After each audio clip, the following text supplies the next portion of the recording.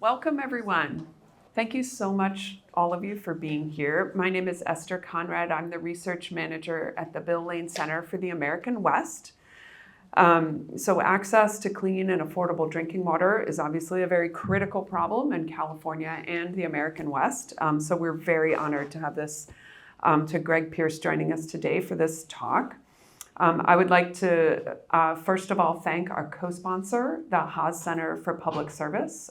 Brandon is here representing the Haas Center, and especially call out the initiative Partnerships for Climate Justice in the Bay Area, which partners with organizations such as Nuestra Casa, who I know is also in the room, that are doing active work on this very critical topic. And I would also like to thank Professor Khalid Osman, to whom I'm going to pass it in just a minute, for the work that he does in this area and for suggesting and inviting Greg to join us today. Before I pass it on, I would like to begin with a brief land acknowledgement. Stanford sits on the ancestral land of the Muwekma Ohlone tribe. This land was and continues to be of great importance to the Ohlone people. Consistent with our values of community and inclusion, we have a responsibility to acknowledge, honor, and make visible the university's relationship to Native peoples. And with that, I will pass it to my colleague, Khalid Osman. Thank you, Esther. Good afternoon, everyone, and thank you for being here. It's always nice to see a lot of people in the room, especially a lot of folks who I know, so that's awesome. It's my pleasure to introduce Greg Pierce, a great friend, collaborator of mine who I've known since I was in my PhD, who was really supportive of my work then, and I'm glad that we have a chance to continue to collaborate now.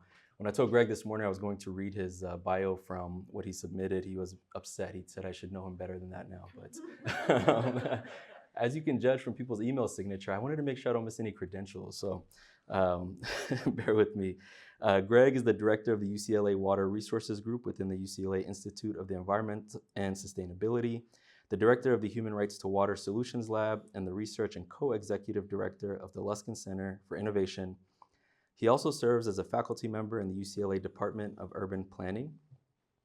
His primary focus is on water insecurity, but he also examines solutions to cross-cutting green infrastructure, climate resilience, and transport insecurities. He carries out his research with a variety of community, agency, nonprofit, and academic partners. He has secured 40+ extramural research funding awards as a principal investigator and is the author of 50+ peer-reviewed articles. In addition to that, he is extremely active on social media, and so if you'd like to connect with Greg, please do.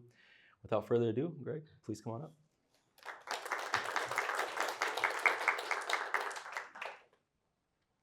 Hello, everyone. Greg Pierce, many titles here, as we do in academia. I have quite a few slides, but I'm going to kind of breeze through them in hopefully 30 to 40 minutes, and then we should have plenty of time for discussion, Q&A. I'm going to focus my remarks on tap water quality, particularly challenges of communicating about tap water quality, and really focus in on some work that done in partnership, as I'll describe later, in the Bay Area, because I thought, well, we're here, and this work is actually not published, but will be published literally any day now in a report, but it's something I'm sort of actively working through.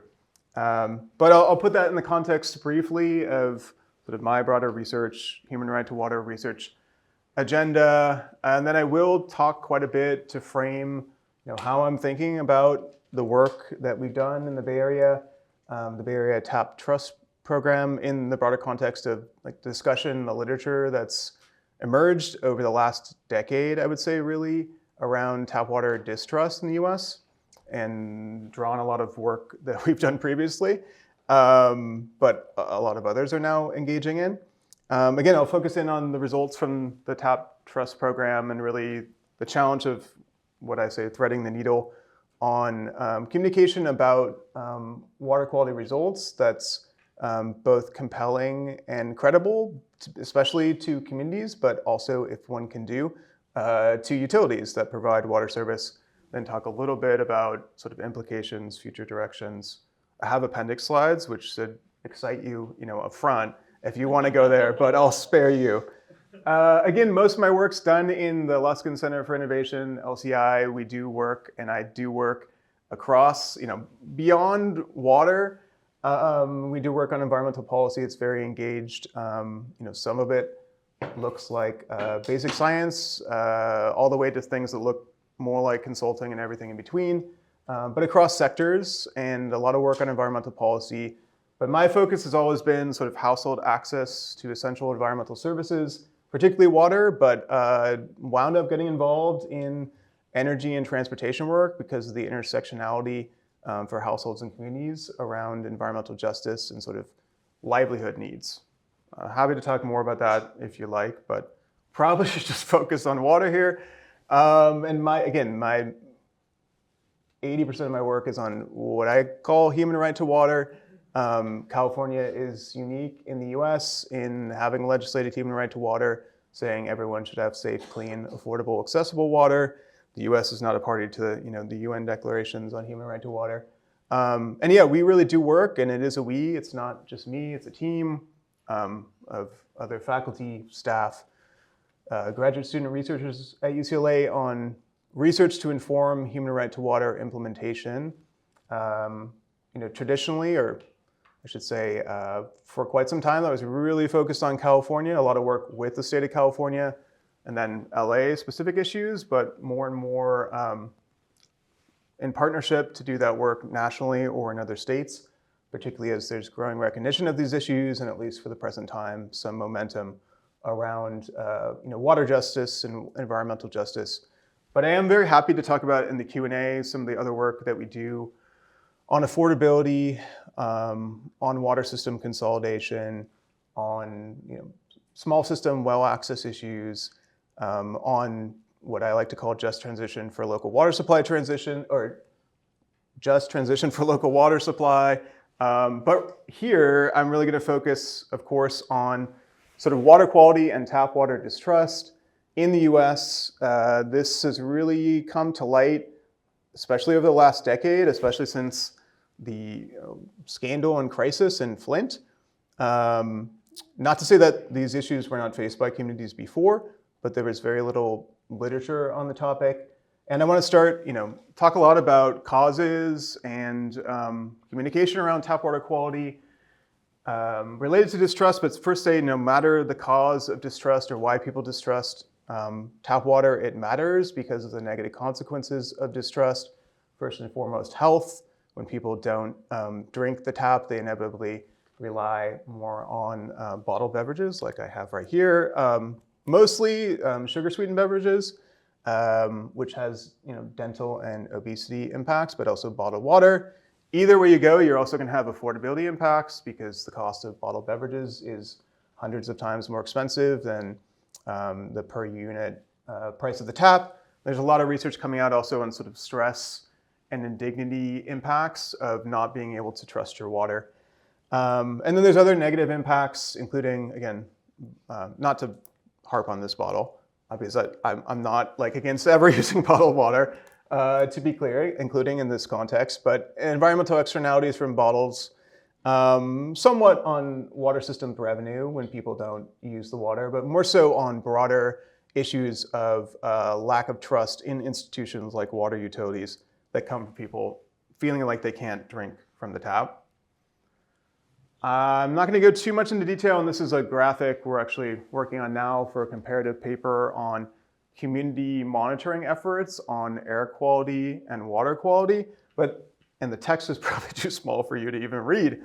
But the two main points I want to make here are that drinking water quality is regulated under what's called the Safe Drinking Water Act in the US, and it is very comprehensive and by international reputation, great. But it has 90 plus contaminants that are quote unquote primary, and then a dozen or so that are secondary, and then there's a bunch of emerging contaminants. So there's a lot that people have to be concerned about, and thus inherently creates a communication challenge around whether water is binary safe or not safe, which is what most people want to know.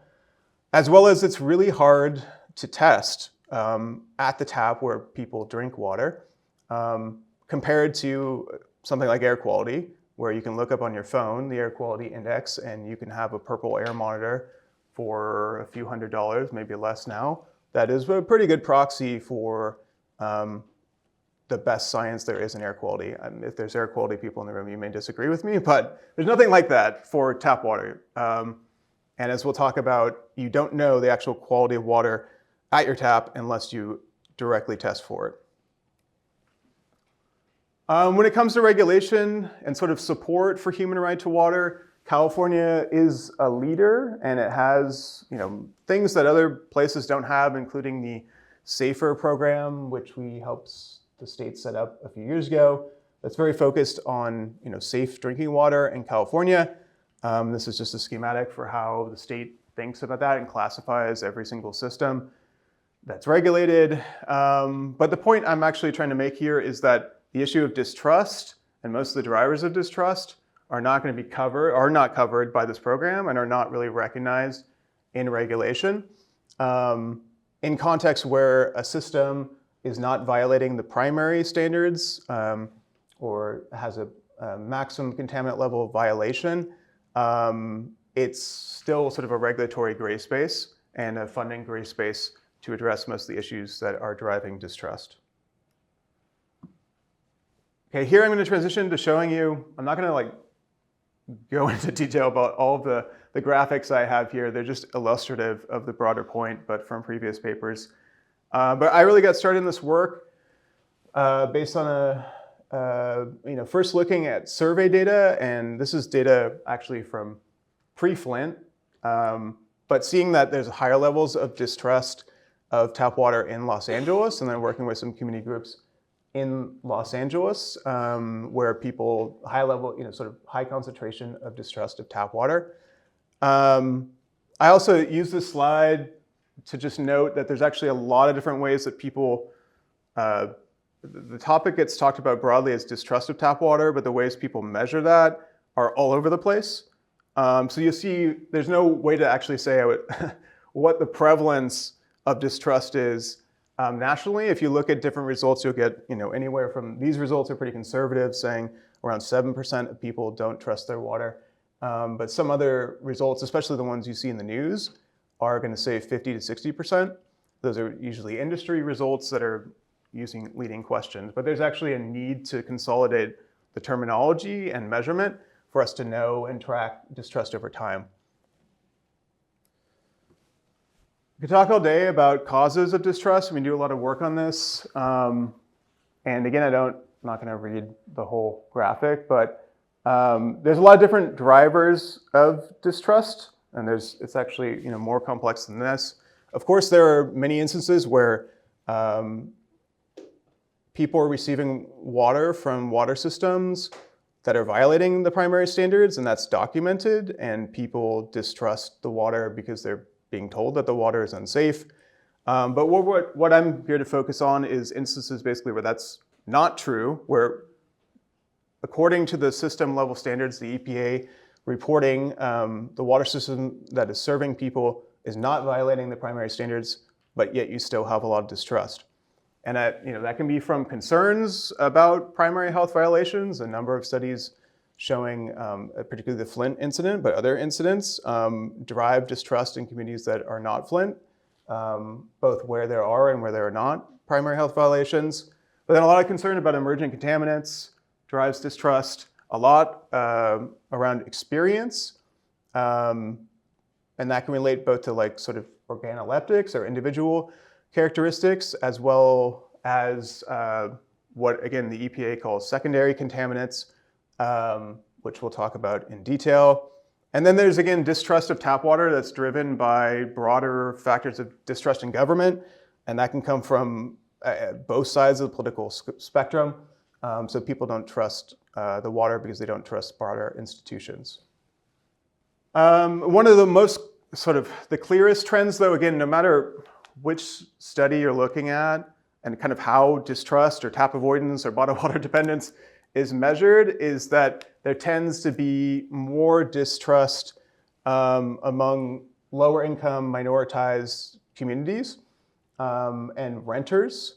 And again, that the levels of distrust are going to vary, but you're going to see really consistent trends across studies that communities that are minoritized and low income tend to distrust tap water more.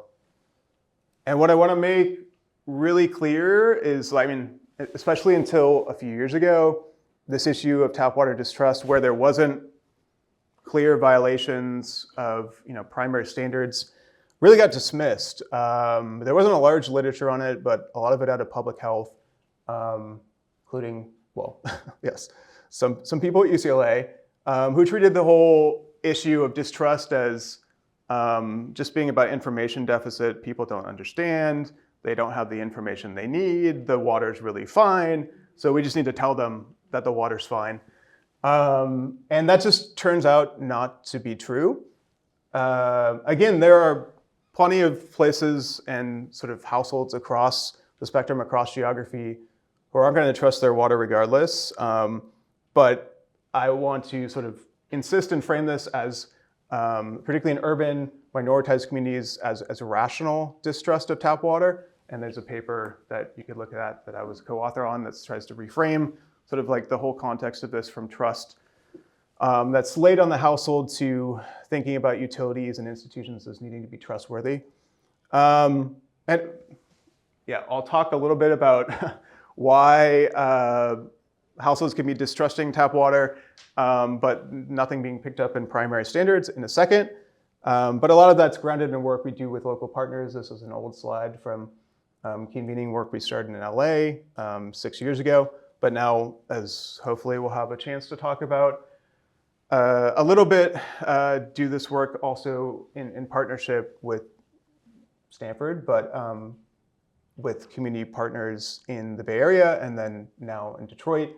And there's a lot of work I do want to also emphasize, even though I'm mostly showing you slides with references to my papers, there's a good cohort of scholars working on tap water distrust issues and solutions now in the US. But a lot of what we're also seeing, and something I particularly keep hammering away at, is something that maybe most of the people in this room realize. I sort of referred to it earlier, that the water in your house or wherever you live, first goes, I guess you may be on a private well. 15% of the US roughly is on a private well, but you're probably served by a drinking water system that's regulated by the EPA.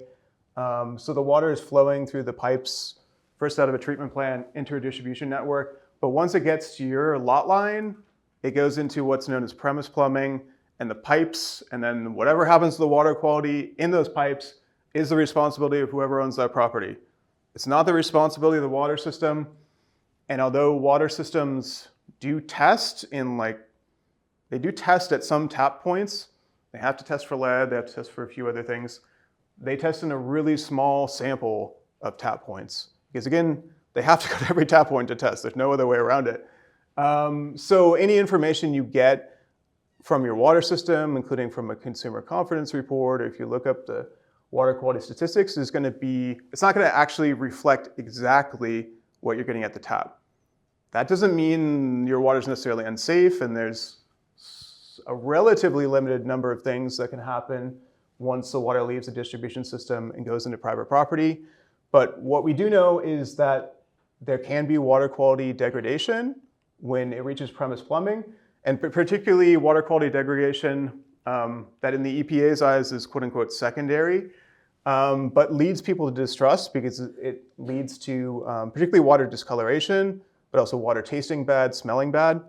Premise plumbing can be just as big a culprit of those factors as distribution systems or lack of treatment. And there's sort of a paradox generally between the things that you detect, that you can sense about your water.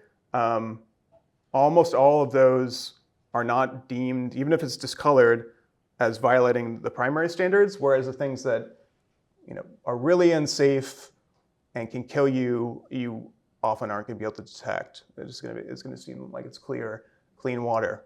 So there's generally this problem, and again, a regulatory gray space around who's even responsible or how to get those who are responsible for premise plumbing contamination to do anything about that.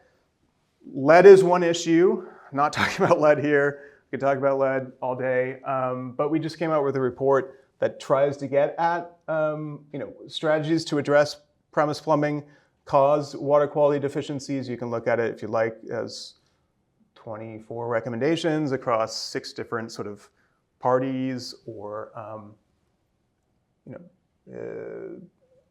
entities. I'm trying not to use the word stakeholders here that are responsible for water quality, including households, but water systems, property owners, the county, the city, et cetera. Because a lot of the water quality issues here are tied up in housing issues, housing insecurity issues, again, particularly for renters.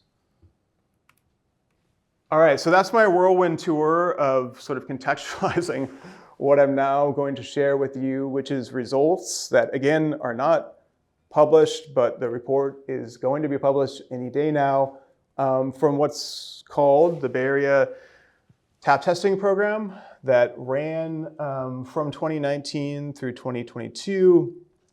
It originated from a community or a survey of community partners in the Bay Area. I'll show you a map on the next slide. As part of, I know this is awful, but the San Francisco Bay Area Integrated Regional Water Management Disadvantaged Community and Tribal Involvement Program. There, I said it. Funded by the Department of Water Resources. Every region designed this differently with partners. And so the Bay Area worked with partners. There's at least one partner in the room. And each region sort of defined needs differently and priorities differently. And the Bay Area decided to focus on tap water quality, among other focus areas based on initial survey work and community work showing that there were higher levels of distrust of tap water. This is, again, I'm happy to be wrong, but the largest CBO, community-based organization, co-implemented non-lead tap testing program I'm aware of. It's, again, hard to test at the tap, especially test at the tap with certified lab results. It's really expensive. And I do want to note up front, this program had the advantages of, again, being embedded in this larger process, having funding from the state. I said the Department of Water Resources, that's a state agency. And in theory, being able to fund interventions when problems were identified, although for premise plumbing, that didn't actually happen. But for our system level impacts, it did. And again, if you're really interested in this work, the report will come out any day, or so they tell me. But this work was done in partnership with a number of different organizations across the Bay Area, including tribal partners. And again, I can provide the details of that if people are particularly interested. There is a website and there is a broader needs assessment report that's already out from this effort, but the tap testing report, which is 80 pages or so, is in design. So what am I talking about, or what are the quantitative results we have to work with? Essentially, there were tap water quality samples drawn and then sent to certified labs. Talk in a minute about how that was done, from 555 distinct households. Actually, a few more than that, but some of them had to be disqualified. It's not a random sample. It's only among those who were concerned about their tap water quality and wanted their tap water quality tested. But it did, again, 555 may or may not sound like a lot to you. If you look at a lot of tap water testing sort of studies, a lot of the samples are incredibly small. So 555, again, is the largest one I'm aware of. That's not a lead thing or not a water system initiated program. But there is 34,000 plus individual sort of test results, because on average, the 555 samples had tested for about 60 things. And depending on the test, which was really determined by community partners, what they wanted to test for, so it was different. There were up to 142 different contaminants or constituents of interest tested. So a large breadth. And that number exceeds, again, the very large number of constituents that are on the list under the Safe Drinking Water Act, the quote-unquote primary and secondary standards. Here's a slide, and I do apologize. A lot of the slides here now get very text-heavy, and this one has a missing parenthetical. But I'm going to show you the quantitative results in detail and then talk about the qualitative lessons learned, again, particularly around communication of results and interpretation of results with community partners and utilities. There are actually, I think, 12 lessons learned in the report with a lot of detail, and I'm just showing you 5 here. But this is kind of like the takeaway that we have, the effort has for future efforts that look like this. And I'll talk about these in detail, so I'm not going to read them here. Before I want to do that, though, I want to talk about the quantitative testing results. Again, I know there's a lot of text, and you may be thinking, why are there 5 different bullets here? The reason is, I'll talk about this later, like there's no way to consolidate the information more than this because there are both primary standards, which we found relatively few exceedances of, 10 out of basically 13,000 opportunities, but 10 is more than 0, and each one is concerning. You had to test for coliform separately and found a high level of hits on coliform, which is concerning, but also a huge issue of contestation with utilities. And you could really, and we found sort of, depending on where you were in the program, different takes on what we found and whether it was concerning, depending on which results you look at. Because if you look again at primary MCL exceedances, you could say, well, 0.1%, that's not very high. Found 0 PFOS in the samples that were taken. On the other hand, in terms of secondary or what's sometimes called aesthetic standards, you found more than 2% of results came back above thresholds. And then if you look at public health standards, public health goal standards, which are stricter, you found about 5% of exceedances with a range between 3 and 6%. I'll show you on the next slide. So, depending on which of these results you look at and maybe which way you want to evaluate the results, either we found a lot of areas of concern or we found very few.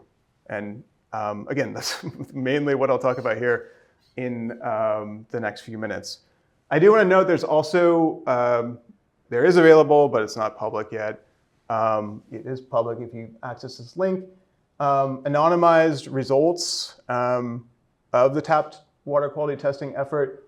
They're basically offset, so you can't identify address level information, but you'll be able to look at this information when the report comes out, and the website will be up if you're interested. And credit especially to the San Francisco Bay Estuary Partnership, which led this report, and the IRWIM DAC-TIP Consortium. I'm not, of course, going to read through the results here, but here they are at the outreach partner or community partner level with the various acronyms of the outreach partners on the left. Again, I just wanted to show these to you and to illustrate sort of the breadth and the depth of the effort. But you can see here, again, relatively few MCL exceedances, but most of those exceedances were with CIEA, which is the one tribal partner that worked across the Bay Area. So you did see more exceedances on tribal Leon lands or managed properties. And then again, you see a sort of a little bit different but consistent band of exceedances of public health goal standards between 3 and roughly 6% across partners. We also, of course, zoomed in, tried to look at different hotspots. There aren't hotspots with MCL exceedances besides with the tribal partner. But with public health goals, you certainly do see certain zip codes that had much higher levels of exceedances than others, including some that are fairly close to here. And again, all of this detail and more will be in the report that's coming out this month, I hope. So now I'm going to talk a little bit about, and again, these are sort of takeaways from a much larger effort. These results are not peer-reviewed. So this is my perspective on relative successes and failures of sort of communication and interpretation that came out of this effort that, again, in my experience was exceedingly well designed and deliberate, but still, didn't fully fulfill its promise. And we hope that some of the lessons learned can be useful for future efforts, including the project that Khalid and Alyssa are leading. So no pressure. First of all, I'd say relative success in terms of like pre-results communication, in terms of developing an explainer, again, as simply as we possibly could, without being too boring, but also getting the blessing of utilities to say this is accurate around water quality testing and what regulations look like, what you may want to be concerned about.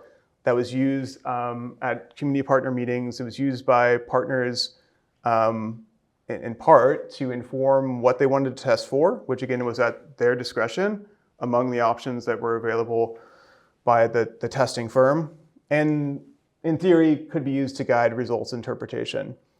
But that was only possible after 6 months of iteration on a 2-page document that probably underwent rewriting 25 to 30 times. And I will say, again, most of the documents I see or information around tap water quality, particularly coming from utilities, it doesn't meet, like when people do assessments of sort of like reading level standards for what people want to ever look at, it doesn't meet those standards, but it also isn't flexible enough to be of interest and to meet community members where they're at in terms of understanding tap water quality. So I think there was a relative success here, and the actual sort of explainer will be in the appendix of the report if you're interested. Another relative success was around results, like the actual platform to report results. We worked with a firm that, when we started, was called Simple Water. Then it was called Simple Lab. I'm not sure if it's still called Simple Lab or now it's MyTapScore, but it's really the only game in town, as far as I'm aware, that uses certified labs to do the water quality actual testing. And if you don't use a certified lab, water utilities could not care less about your results generally. So that was important, but it also reports the results back in a way that is, I don't want to say easy to understand, but looks like this rather than a literal, if you use a random certified lab, it's going to look like a printout from a typewriter. And it's really hard to understand. It's also going to cost you double to triple what Simple Lab MyTapScore costs, although MyTapScore is not cheap.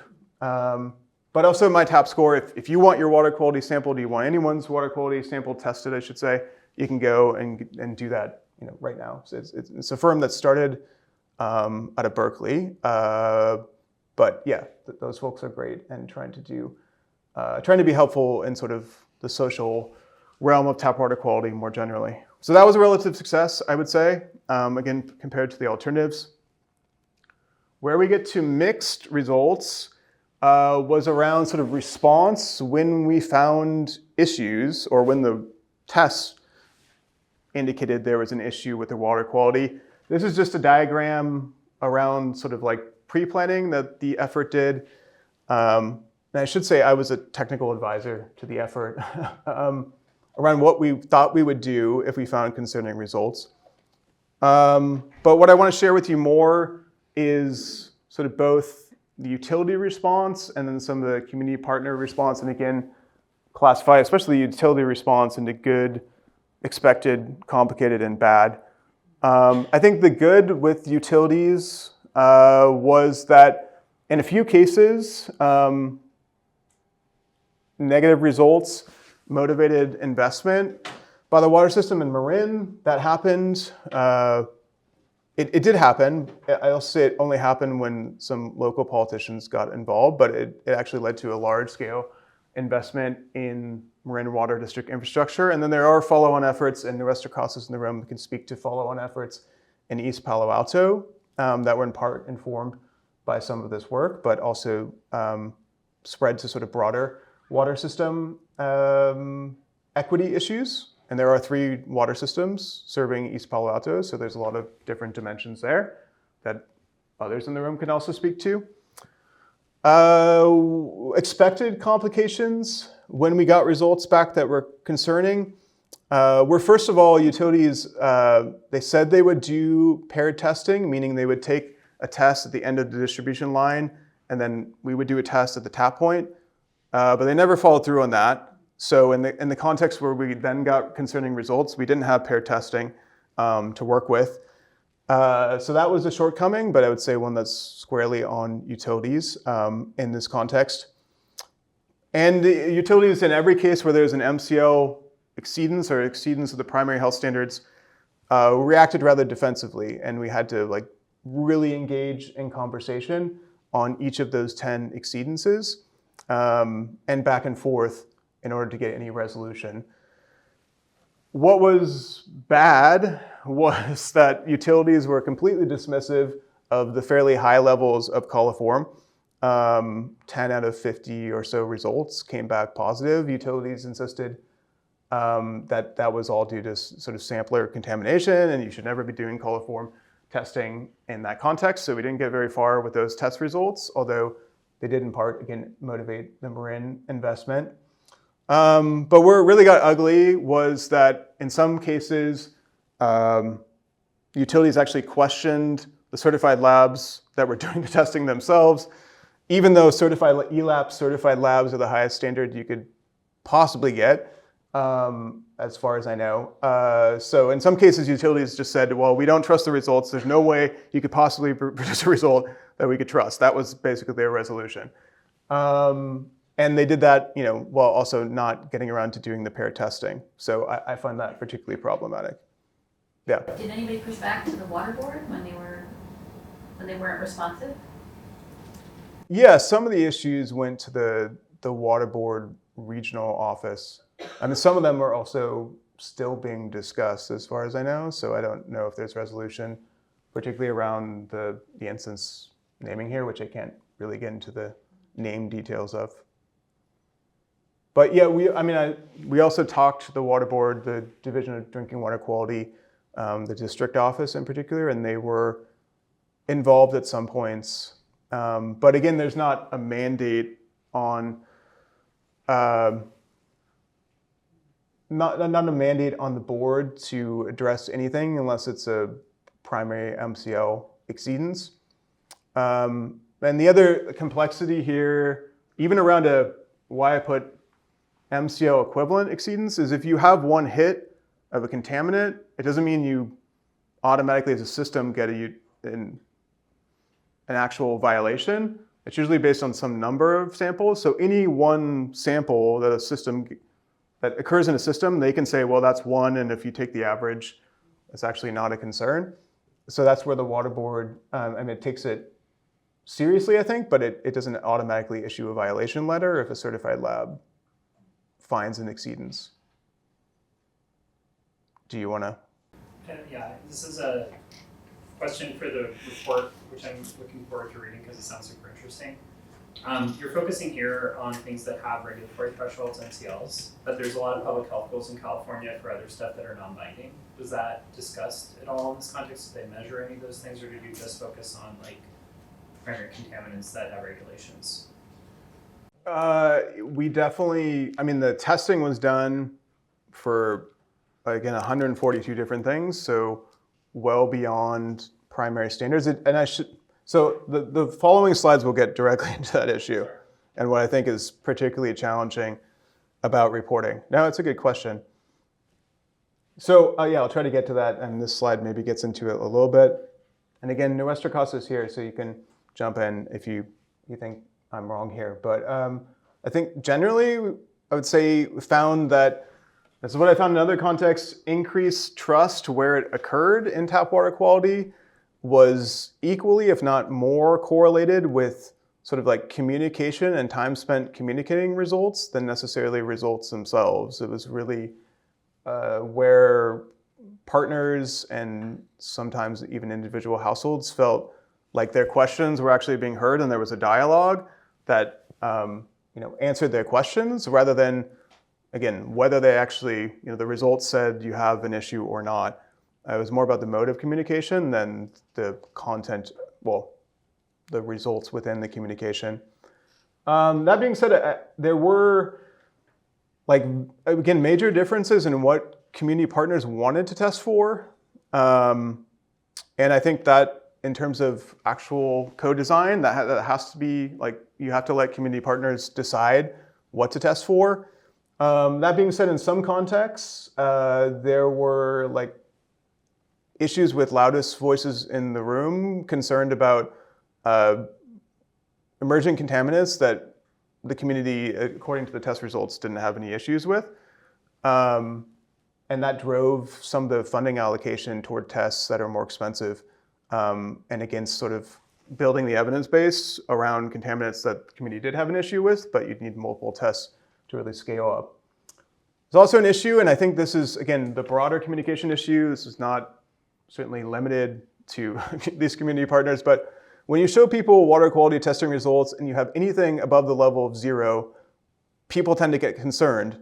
And there's really, again, there's the regulatory standards, we'll get in a second, but particularly when you have these things called public health goals, and then you tell people their water is not meeting the public health goal, but don't worry about it. It doesn't, that's not a science communication winning strategy. And I'll also say, in my view, and I'm sure people in this room will have different opinions, the media is not helping drive people toward the most relevant concerns about tap water quality at this point. I'll just leave it there. What people hear about generally, I'm not referring to Flint, but hear about generally in the news about tap water quality is not certainly what the science suggests is most concerning to health. Also there are, sort of insufficient testing for a lot of the contaminants that people are most concerned about. Another thing that, again, this effort was able to provide some information about point of use filtration devices where people faced secondary contamination or just were concerned about their water but didn't have MCL exceedances, but it wasn't ultimately able to provide funding for those devices because of legal sort of requirements, and the idea that those helping fund a device in someone's home was basically a gift to a private property owner rather than the public interest. And that's an ongoing issue that trying to work with the State Water Board and Department of Water Resources on, but so far they haven't fully embraced funding for that. But I would say the bad is, I kind of already talked about it at this point. It's just really, really hard to communicate back. First of all, you can't really simplify if you're trying to honor the regulatory language. And if you want to work with water system, you kind of have to use some of the regulatory language. If you say, well, we have these primary results, we have secondary, there's coliform, which is on a separate track, there's emerging contaminants, and we also have public health goals. I'm actually leaving out lead, which technically isn't an MCL, it's an action level, so you could put that as a 6th. But the most problematic, I think, is that when you use the public health goal standards and language, and then you tell people that some of their water isn't meeting public health goals, they're going to think it's unsafe. The language of what a public health goal is supposed to be is not at all that it's unsafe, it's that it's not optimal to be safest. But I think that language is problematic and would need to be changed if it's going to be used in broader communication.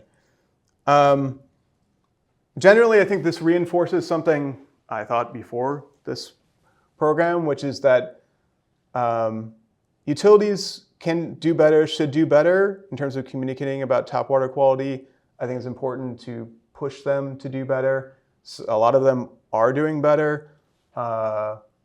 When I started this work in LA, the head of LADPP called my dean and said, you need to stop doing this work, stop telling people that people may distrust tap water. They've completely flipped. Now a lot of utilities, especially the larger ones, at least they recognize people don't trust their water. Even if they meet regulatory standards, they do want to help.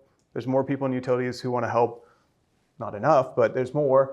But still utilities, in my experience, I'd love to hear if you had other experiences, they won't go outside the regulatory language. They say there's legal issues, so they have to stick, to at best like these 5 categories. They have to say, primary. In many cases you're meeting the primary and secondary. You shouldn't worry, but yeah, you're violating or you're over the public health goal. And I think you have to rely on CBOs and NPOs to communicate in a way that's, again, accurate, but more compelling and credible with community members. You can't rely on utilities to do that.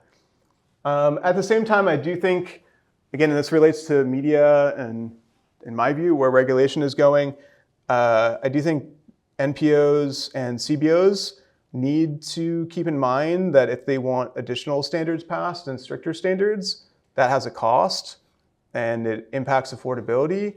And as a person who's tried to work with the state for almost a decade now on passing a statewide affordability program, I don't see it happening. I don't see large-scale affordability assistance coming from the state or federal level. So I think if we want stricter standards, it basically is on utilities and communities to pay for them to a large degree.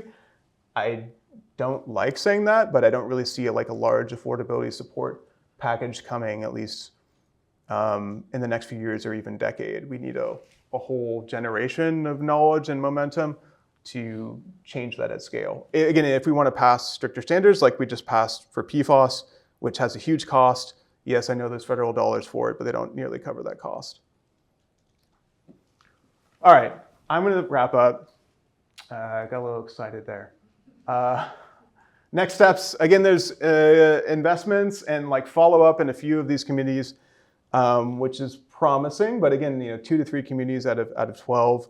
There's a project with Khalid and Alyssa and others that is an indirect follow-up in some ways to this effort. One part of the effort is with East Palo Alto, doing additional testing and doing multiple tests in the same household and doing frequent surveys to inform policy and advocacy. So I'm happy to talk about that. I don't know, or Khalid or Alyssa or others can talk about that if they'd like. Also doing work with LADWP right now on experimenting with language. They're not committing to using the language in broad-based communications, but experimenting around language, around what their water quality results mean, around whether people should use filters, and around emerging contaminants.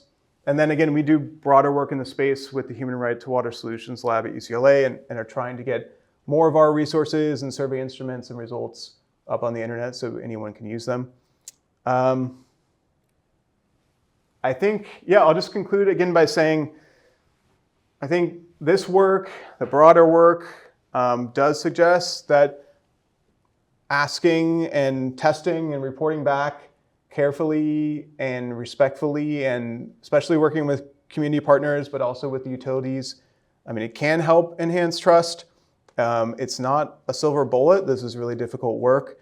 It can increase agency responsiveness and it can increase understanding around tap water quality standards. That being said, I'm the large scale change that we would need to see, especially in infrastructure, to help people trust water when it's, again, not exceeding primary standards. There needs to be a change in regulation and funding so that premise plumbing interventions and point of use filters are recognized and funded by the state or by utilities, which currently is just not happening.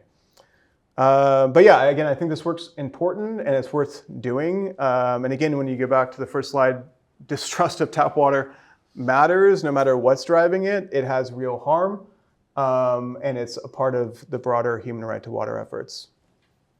And that's all I've got. Thank you.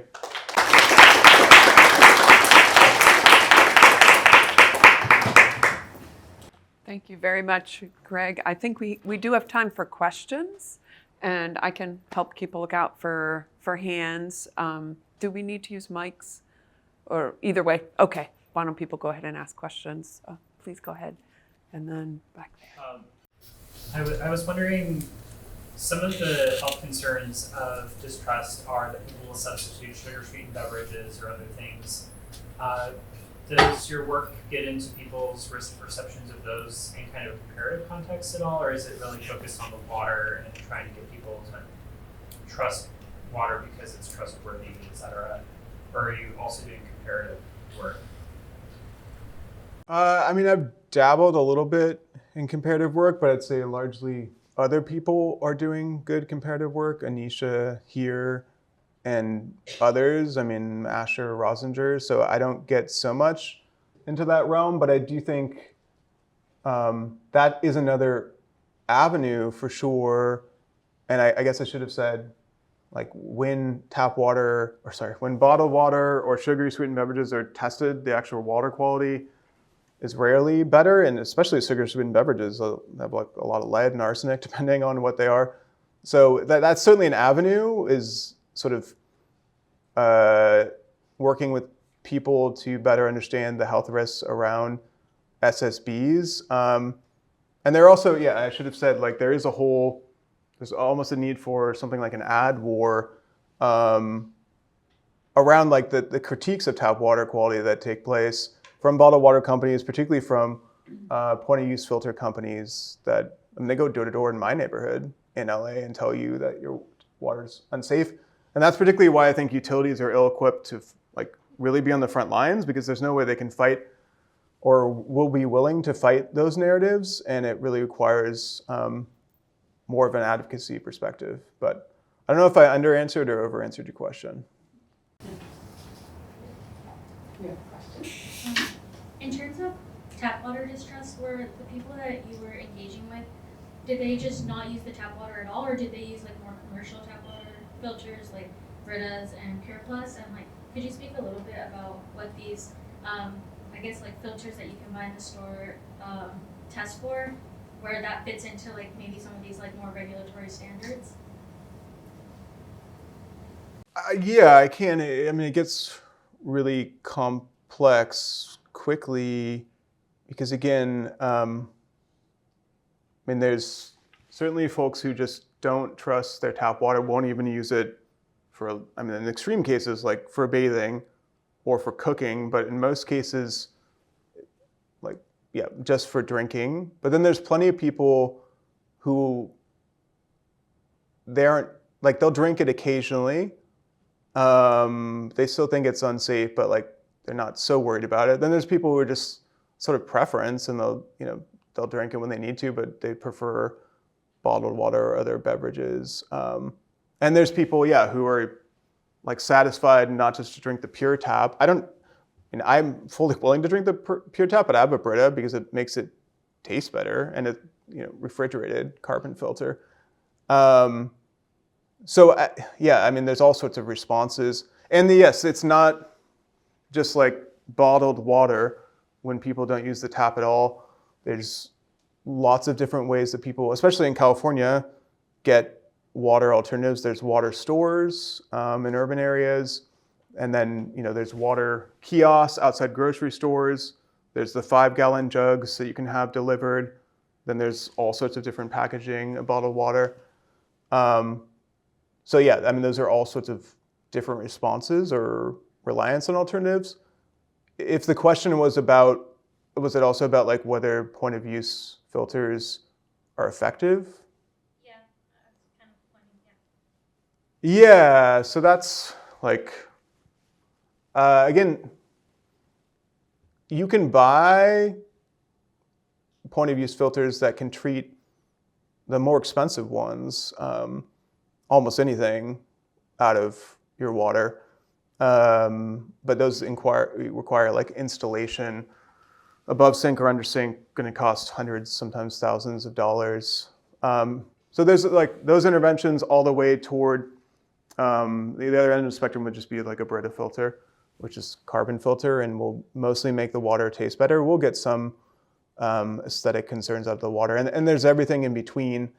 And like, I'm of the view that point of use filters need to be accepted more broadly by the regulatory community, because people already use them. But the reason the regulatory community is hesitant to do that is, sometimes they get critiqued if they say use a filter. People will say, well, you're just putting the responsibility on households. But B, like the equally big issue is, I mean, those devices themselves are not regulated. There are some standards. There's NSF standards, other types of association standards, but they're not like the same standard as the EPA. And the biggest issue is a lot of those filters work really well. They're great. I recommend them if you maintain them. But if you don't maintain them, you just use them in perpetuity, you're actually going to reintroduce other water quality issues. And actually, if you build out like how often you need to maintain or replace whatever the cartridges, infrastructure, it gets quite expensive to do so. Not as expensive as bottled beverages, but way more expensive than the tap. So I hope that speaks to some of your question. It does, thank you. Other questions? Yes. I believe you said that there are 3 water systems supplying East Palo Alto. Is that how unusual is that in the Bay Area? And is that what are the implications of that? Yeah, so I can give an answer, but then I'm also happy to throw it to others here who are from or working in East Palo Alto. I mean, generally, there's a lot of water systems. Drinking water systems, it's much more fragmented than other types of utilities. Electric, natural gas, you have like less than 50 in the state, basically, and like 5 big ones. But water, in LA County, there's 200 community water systems. And they come in all shapes and sizes. In Bay Area, I don't know the count, but it's similar, like in terms of per capita. You have a lot of big ones, and if you talk about the majority of the population, the big ones are serving the majority of the population, of course. Then you have a bunch of medium-sized and a ton of small ones. A lot of mutual water companies, which are like associations, private associations. And then you have like a bunch of mobile home parks and school districts running systems. So yeah, there's a lot of systems. East Palo Alto, is an example of a relatively small place with 3 systems, which generally, and there's historical reasons always for the fragmentation, but generally fragmentation of systems is not good for equity, efficiency, or the environment. So, but does anyone want to speak to East Palo Alto's situation in particular? Yeah, so we're in East Palo Alto. I think like the fragmentation of like water providers.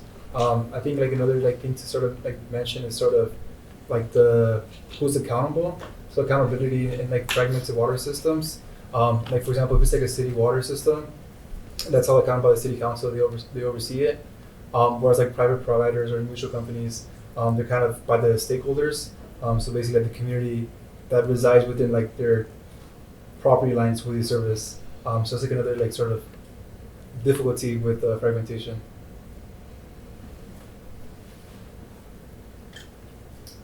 Other questions? Yes.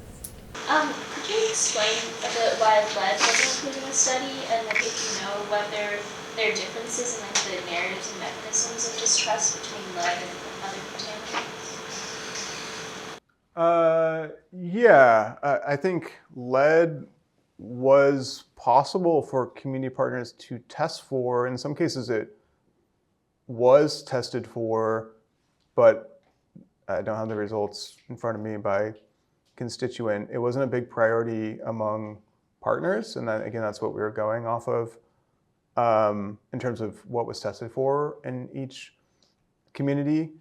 I'll also say, I mean, it's true. Generally in California, compared to other places in the U.S., lead in drinking water is not nearly as big of an issue. That being said, it's an issue in certain places, but because of the age of the housing stock and pipes, especially on the system side, it's much less of an issue a lot of other places. But that doesn't mean it's not an issue in some places. But I know, I can't speak to the Bay Area, but I know, for instance, in LA, they've done inventories of all the service lines by water systems, and there's basically no lead in the service lines. There may still be lead in pipes that people have from old homes or from non-compliant pipes in newer homes.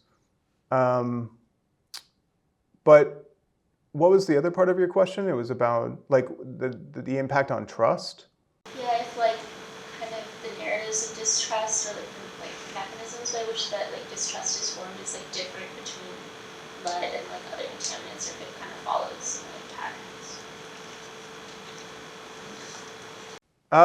It's a good question. I'm not sure I've seen someone, including myself, study the differences between the two. You certainly see, there are some studies showing that, again, the lead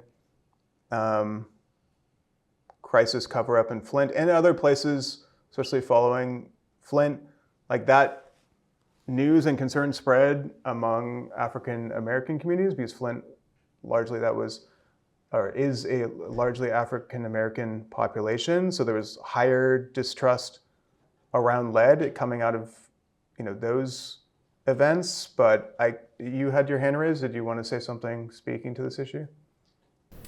Well, maybe related. I was also wondering when I saw the higher level of distrust in LA. You mentioned the door-to-door salespeople. I mean, that could be related. But I was wondering too about the source of water, because I know here Valley Water is doing a lot of education around increasing the supply of recycled water.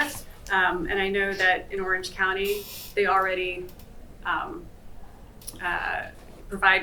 use recycled water as a drinking source. So I wondered if there's any correlation between the source of the water, recycled water. So a lot of people still, find that kind of icky to understand.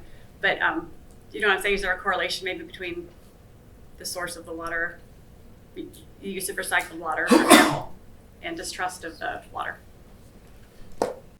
Yeah, I mean, we could talk, I think, for a long time about recycled water and the narratives around recycled water and how they've led to distrust in some areas. I think it's certainly the literature on that, or studies show that I think it's not so much the actual water, it's about how it's talked about, especially in the media, that can certainly lead to distrust. I wouldn't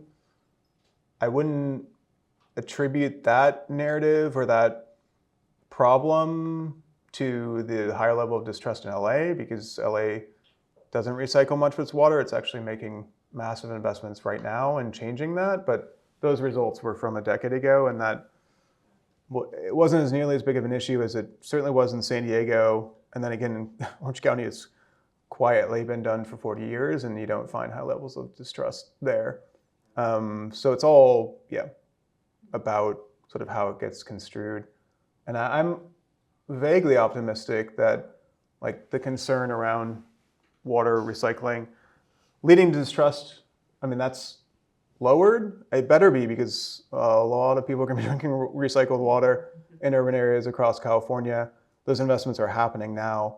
But I'm pretty confident that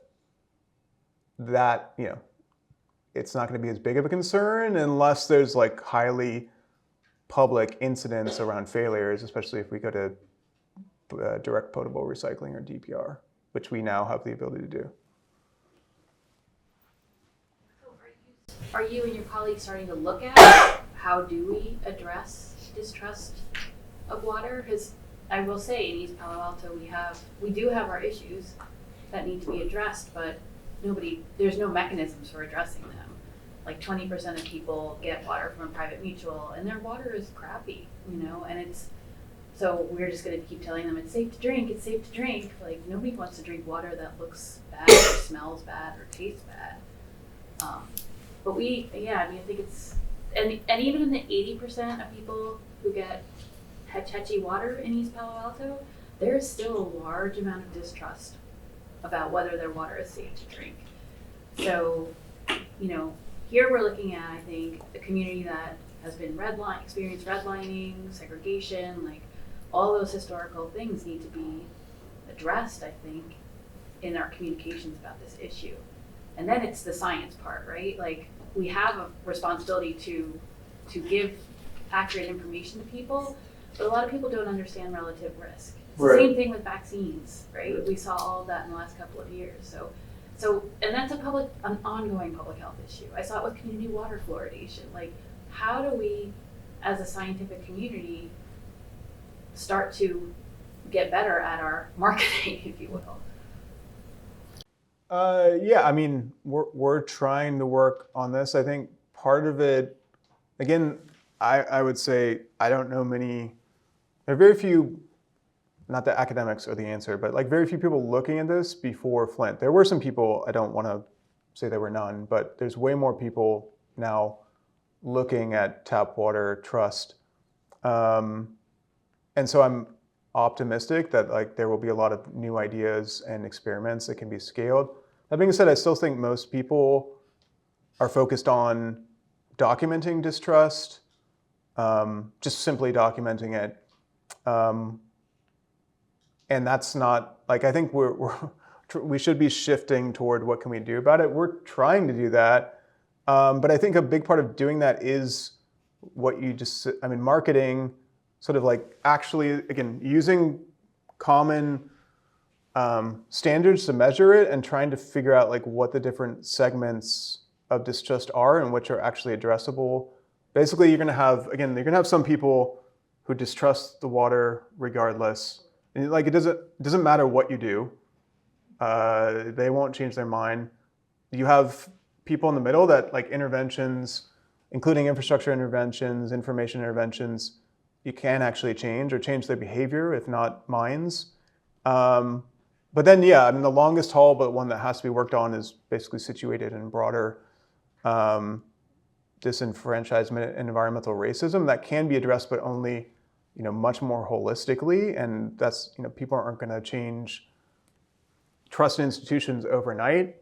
But there's a book out recently by Manny Teodoro that, makes the argument we should be focusing more broadly on trust in government institutions, and that like will basically take care of, again, I would say a segment of the tap water quality issue.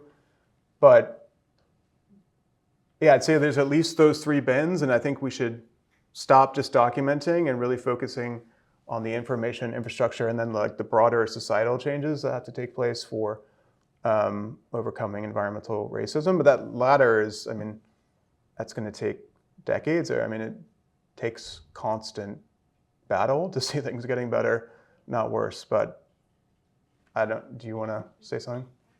Valley Water is, you probably all know this, but it's like one of the large wholesale suppliers here, right, for 2 million people in the Santa Clara Valley. And they do really an excellent job on community outreach and education. They're in the schools. And we talked about a number of things that are water related, but they also have a program of community ambassadors, which is wonderful. I mean, they recruit folks from, broad walks of life, and it's a volunteer thing, and put them through some, really great training, and then send us out into the community. I'm a neighborhood association president, and we've had programming come into our neighborhood around water issues. We've gone on tours of the Advanced Water Purification Center. We've been offered, special access and tours of the Rinconada treatment plant. I mean, so it's really great to open these lines of communication. And I would not say that we are, that we have mistrust of our water source. We have concern, maybe irrational concern, but my neighbors have some concern. So we're going to do some more programming this fall. And I think that the premise plumbing is kind of our concern. I wish it was less expensive to do the test at the tap. So that's something that we'd like to do. And what somebody raised earlier, I mean, some people just want to know like what are the recommended filters, that we could use in case you're irrationally concerned or whatever. But that's kind of where my community is at least in West San Jose, just wanting to know. Valley Water has done what it can on the education piece. We feel pretty good about it, but we do wonder with the pipes and old pipes and lead, whatever it is, what is the quality of the water at our tap, and what could we do to make it better? That's all we want. Great. Thank you for sharing that experience. Yeah. Final question, I think. Anybody else? Okay. Why don't you go ahead? Our final question. I was wondering, so people's control beliefs about this is something they can do something about this. People can buy a Brita filter, they feel like that's something they can do. They can buy bottled water. Have you talked with people or done surveys with people about their belief that they can do something collaboratively to change to more systems level? Like we can ask for stricter PFAS regulations or Because it seems like you're kind of having two tiers of conversations. You're having conversations with water utilities about systems management and design issues, and you're having conversations with individuals about their individual water choice decision making. I'm wondering if there have been conversations with individuals about their ability to influence the higher level decisions. Yeah, I mean, we certainly, when we effectively do surveys, ask about sort of, well, experience, willingness to participate in collective action, or expressing voice in various ways. Don't want to get too many wonky social science terms here. So, and you certainly see, well, right now I don't have a good answer about what works on that level. Generally, you see people saying they don't participate as much and don't believe that participation will work, who also distrust their tap water. So it's hard to see the path forward there. But I think that's part of the answer, is the best answer I could probably give you.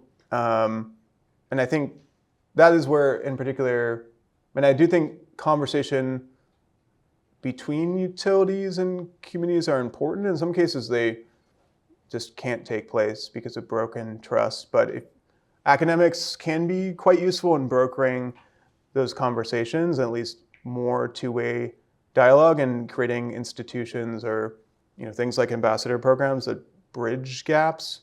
But all of that is like ad hoc. It really depends on the willingness of utility to engage on this issue. So I don't have like a scalable solution, but you all can come up with them. Yes, great. Well, your talk has sparked a lot of thought and hopefully a lot of collaborations and ideas and action moving forward. So thank you very much. Let's give our speaker another round of applause.